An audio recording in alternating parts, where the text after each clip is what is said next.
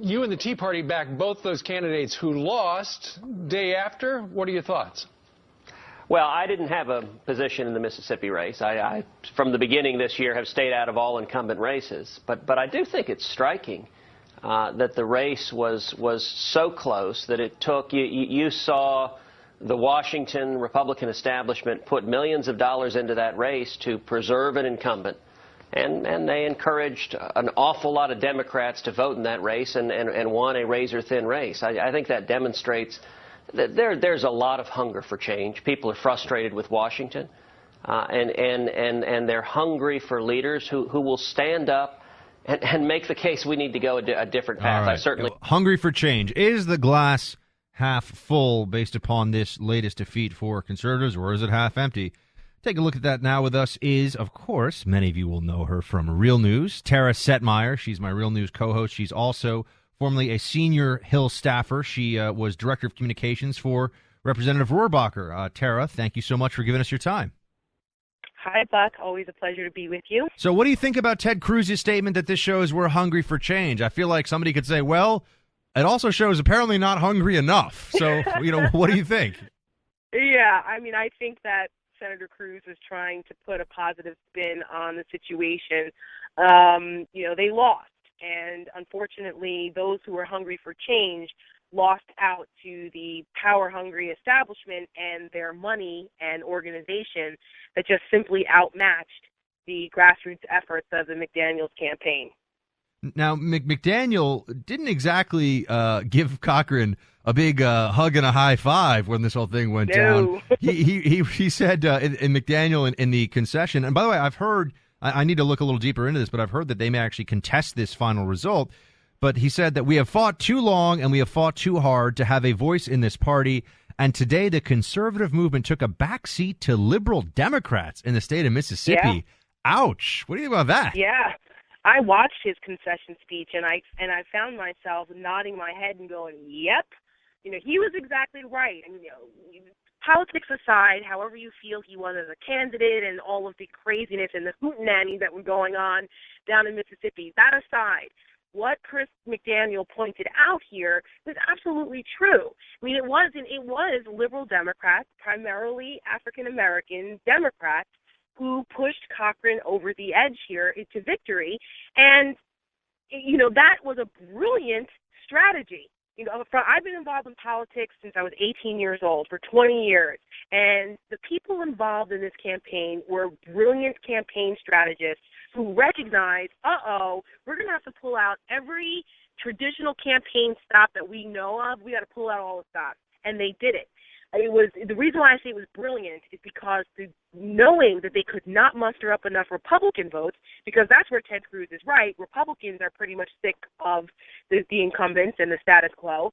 So they knew they weren't going to win there. And Cochran was losing in strongholds in his own state, down on the Gulf Coast and other counties where there were traditional strongholds for him. He was losing. So they had to tap into a constituency that wouldn't normally vote for him by using the tactic of, no Democrat's ever going to win here in Mississippi. So we know that you black folks will vote 90% Democrat. But listen here, you're going to get a Republican senator no matter what. But do you want the senator who actually will fight against Barack Obama and cut your benefits and doesn't support your interests? That's what they did. They used the monolithic, Obama, all black people are going to support Obama, to that tactic to mobilize black folks to go out and vote for Senator Cochran. That's what they did. Right. In this case, that's how they went about this. What do you think in general about primaries like this, where you don't have to be affiliated with the party in order to vote? I mean, do you want to see that abolished, or do you think that abolishing it creates its own set of problems? Yeah, I think that this is, every state is different, and I think that each state, it should be up to them how they design their primaries. So like California has a no-party primary state, other states do. I think that's up to the states, their conventions, and let them decide. But in a case like this, that's why I said it was brilliant campaign strategy. They used their own election laws and system to their advantage. And the people who were involved in this are like the Barber family, right? You had Haley Barber, Henry Barber, Austin Barber. They're like the Kennedys in Mississippi as far as political power is concerned in the Republican side. They are entrenched in Washington GOP establishment politics, so they knew where to get the money. They knew how to mobilize. This is where get out the vote efforts. The Cochran campaign knew that they had to invest sweat equity as well as money into this after the June 3rd primary. They went out and knocked on doors. You had 76-year-old Thad Cochran standing out in front of Shipyard saying, "Hi, I'm Thad Cochran, vote for me." I mean, you've been there for 36 years and people still don't know who you are. Right.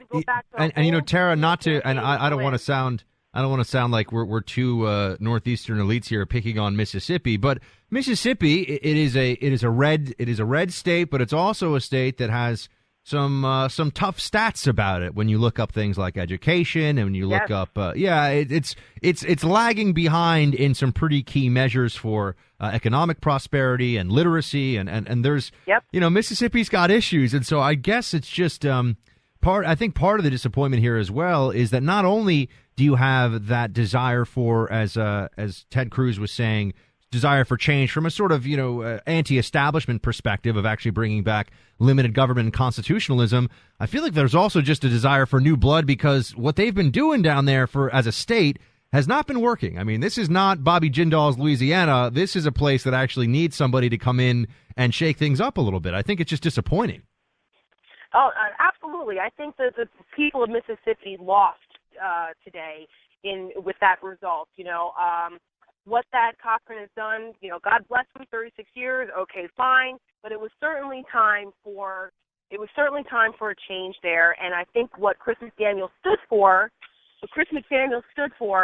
is were principles that would have definitely benefited the people of Mississippi. And it's unfortunate. But when you've got, I cannot stress enough the influence of the establishment. When you, in political science, I went to George Washington University, and in my first political science 101 class, they taught us that elected officials are single seekers of reelection. That is their number one priority. That's what they do. That thirst for power is 9 times out of 10 their primary motivation. And when you look at this level of power, and for this long, people will stop at nothing. The amount of money that was put in, the Chamber of Commerce put in money. Sean Parker, the former founder of Napster in Silicon Valley, personally wrote a check for $250,000 and another for $100,000 to help get Thad Cochran elected. They pulled out Brett Favre, for goodness sakes, down there. They did everything they could and used the old school establishment politics to get this guy reelected, and it worked. So the Tea Party and the grassroots folks, they need to pay attention to this, that this is what you're up against, not to give up, but just look at the tactics and look what they did and be prepared for it. Fighting the establishment, even within your own party, is an uphill battle. Tara Setmeyer is gonna be on, obviously, as she is every night, Real News on the Blaze TV. You guys can check her out from 6 to 7. Tara, what's your Twitter handle? My Twitter handle is @Tara Setmeyer. @Tara Setmeyer. Couldn't be any easier, everybody. Team Buck, follow her. Tara, thank you for the call, and I'll see you later tonight. Anytime, Buck. All right.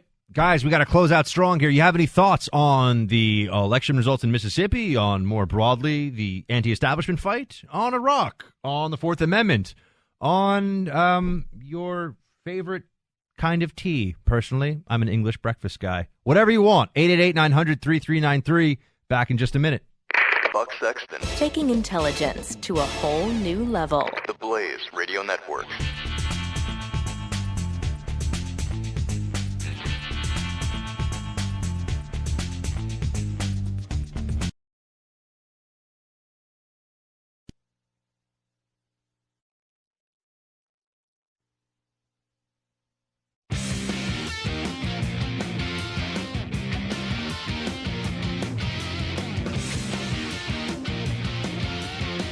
Get your Team Buck t-shirt at theblaze.com. Go to theblaze.com/Buck Sexton. Grab a Team Buck tee. They are fashionable year-round. They're very soft, luxurious cotton. They make a statement to family and friends. Or you can wear a Commie Bear t-shirt, which you can also get at theblaze.com/Buck Sexton. And that's just a good conversation starter. It's like, are you actually a communist or are you mocking communism? Somebody has to talk to you to figure it out, don't they? Plus, it's a bear with an eye patch, an AK, and a bottle of vodka. What could be more awesome than that, I ask you? Something that just came across my screen that I don't have time to dive into today, I think we'll have to do tomorrow. Remember how we talked about the economy dropped, had a 1% contraction the first quarter of this year? Apparently, no, not true. It's been revised. Guess what? It's almost 3 times that bad. It is 2.9% drop in the economy, according to the Commerce Department, in annualized GDP, which is the worst quarterly figure since early 2009. This is a huge drop. This is like the bottom falling out of our GDP here. This is not good. This is a major problem. Why is that? Well, we'll have to look into this more perhaps tomorrow. Remember when the economy actually really mattered to people? We talked about it, and Obama's economy was terrible, right? And so he couldn't win a second term because unemployment was so high and growth was so low, and the government was spending so much money, and we had such. Oh, but no, that's right. Mitt Romney hated poor people, so we had to give community organizer in chief 4 more years. Nice work, America. So we'll maybe do some of that tomorrow. One other little odds, or some other odds and ends, just so you know, the case is still to come out from the Supreme Court. The ones that are left, and they're either going to have decisions, I think, is it tomorrow and Monday, or maybe it's Friday and Monday? And that is Hobby Lobby, which is the Obamacare contraception mandate. Can you force a business to pay for insurance that subsidizes or pays for contraception, including abortifacients? That's that case. There's also the NLRB versus Noel Canning, which doesn't sound sexy, but it's actually fascinating because it's about recess appointments. President Obama was like, you know what, Senate? Guess what? You're not in session. And the Senate was like, nah, we're actually in session, man. I'm telling you, we're in session. And Obama's like, nope, not in session. I'm going to appoint some people, some quasi-socialists to the NLRB board because, got to get some Marxist big government stuff going on there. There's also McCullen v. Coakley, which is about abortion clinic buffer zones. Can people stand close to an abortion clinic and try to convince people not to have an abortion? And then there's Harris v. Quinn, which is about public employee unions. So there's some big cases we're going to be talking about in the next few days with immediate and major implications. Hobby Lobby is basically, you're going to find out if religious freedom exists in this country or not. That's what you're going to find out there. Expect a 5-4 and bitterly divided court on that, I would think. The recess appointments, I think they could be set up for I shouldn't say this because no one ever handicaps the Supreme Court decisions properly, but I think they're going to get a 9-0 on that one. I don't know how they could conceivably think that the president gets to determine when the Senate is and is not in recess. I think the Senate gets to determine that. And then we'll see about the others, public employee unions and abortion clinics. One other thing. Aereo got shot down today by 6-3, Scalia, Alito, and Thomas dissenting. This was the company that takes broadcast signals, stores it on little dime-sized satellites. We've talked about this on Real News before. Stores it and then allows people to digitally watch what is freely broadcast TV. Well, they essentially looked at copyright law and said, well, that constitutes a public performance, so it's a violation of copyright. Even though they're giving it out freely in the air. For what they give out for free cannot necessarily be repurposed for profit, is essentially the way that decision came down. And I have to say I disagree with that one. I think that if you give something, if you hand people a pamphlet on the street and say, this is yours, I think they can do with it as they please. I know that's a simplification, but that's the way I see it. One more thing today, a federal judge also found a lot of judicial stuff coming down today. But hey, when it rains, it pours. A federal judge came out and said that the no-fly list is unconstitutional. And it's unconstitutional because it gives them no real way to contest the decision. This is U.S. District Judge Anna Brown ruling on a lawsuit which was filed in court, in a federal court in Oregon by 13 Muslim Americans who were branded with the no-fly status. Clearly, the no-fly list has some problems because they've had like 12-year-olds on it, and it's hard for them to get off. So the bureaucratic